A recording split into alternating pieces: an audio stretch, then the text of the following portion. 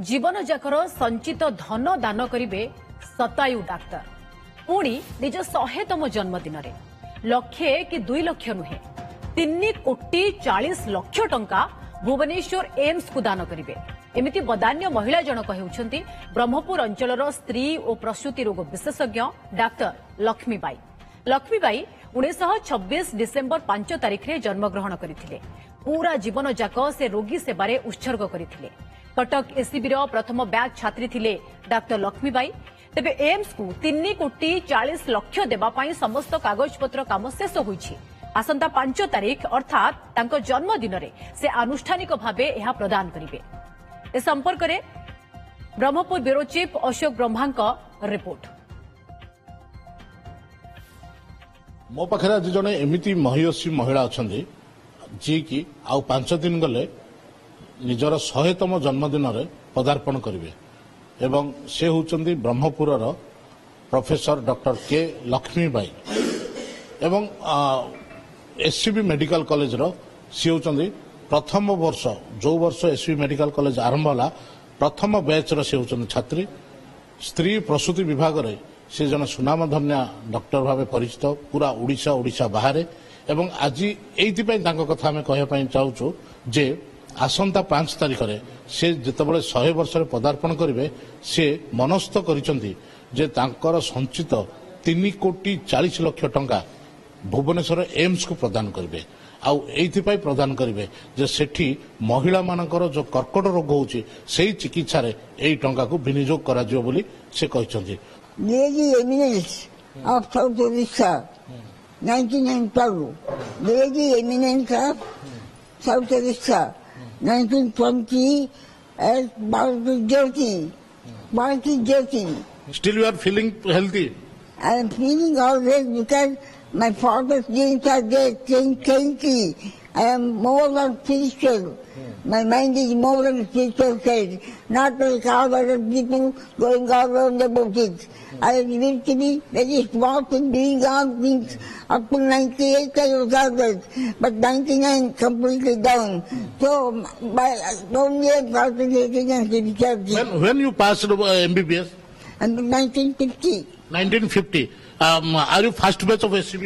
First batch joined. शुणुले जो भाई भाव कहते जे महिला कर्कट रोग सी 3,40 लाख टंका दवाई बर्तमान मनस्थ कर जे छात्री रही जी शिक्षा ग्रहण करते सी भी रही सहित आम आलोचना करवा जे किभली बर्तमान से देखुंत एवं केमती रही स्वास्थ्य कथा। मैडम कौन कहे जे आपण तांकर स्टूडेंट थिले तो सेतबेले केमती थिले मैडम एबे केमती अछंती एते बड़ महान चिंताधारा तांकर केमती आसला? मैडम तो स्त्री प्रसूति रोग विशेषज्ञ मु तांकर अंडर ग्रेजुएट स्टूडेंट आ सेबेठु मु देखि आसी मैडम एकदम तांकर रूटीन लाइफ सकाळे उठिवे केतेबेले कोन करिवे से सब जाक से फिक्स करथांती। से बयस भी जितेबले कौन सी मीडिया प्रचार नथिला ये जो योगा फग सब किंतु से योगा शिखिबा बहुत इच्छुक थिले तेणु आउ जने प्रोफेसर कम्युनिटी मेडिसिन रो थिले भोलानाथ दास से तांका पाखु जाउथिले योगा शिखिबा एटा मु कहूची 1970 रो कथा 71 72 रो कथा। तांका घरे से सब बेले सत्संग सब करंती जदिओ से जने डॉक्टर प्रैक्टिस भी भल करुले लोक माने पूरा सुस्थ अछंती वर्तमान तांका बयस को चाहिए से बहुत सुस्थ अछंती तो तांकर डायबिटीज नाही हाइपरटेंशन नाही केवल एज अनुसार से तांकर जहा टिके असुविधा हेची आ से सब बेले डॉक्टर त्रिनाथ मिश्रंकर केयर रे रहंती डॉक्टर उमा पाढ़ी भी तांको आसिकरी देखंती न्यूरोलॉजिकल प्रॉब्लम काले कोन होतुओ बोली से जो डोनेट करने चाहिए तो केमती स्व इच्छा हाँ से स्व इच्छा से चाहिए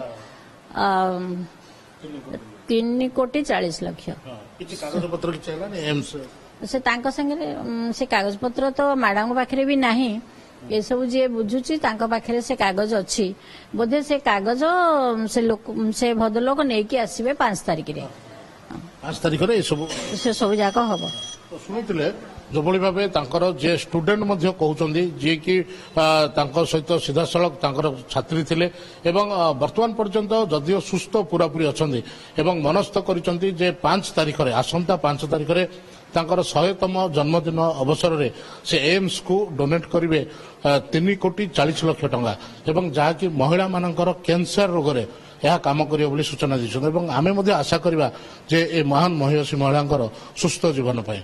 ବ୍ରହ୍ମପୁର କ୍ୟାମେରା ପର୍ସନ ଫିନୋଜଙ୍କ ସହ ଅଶୋକ ବ୍ରହ୍ମା, OTV।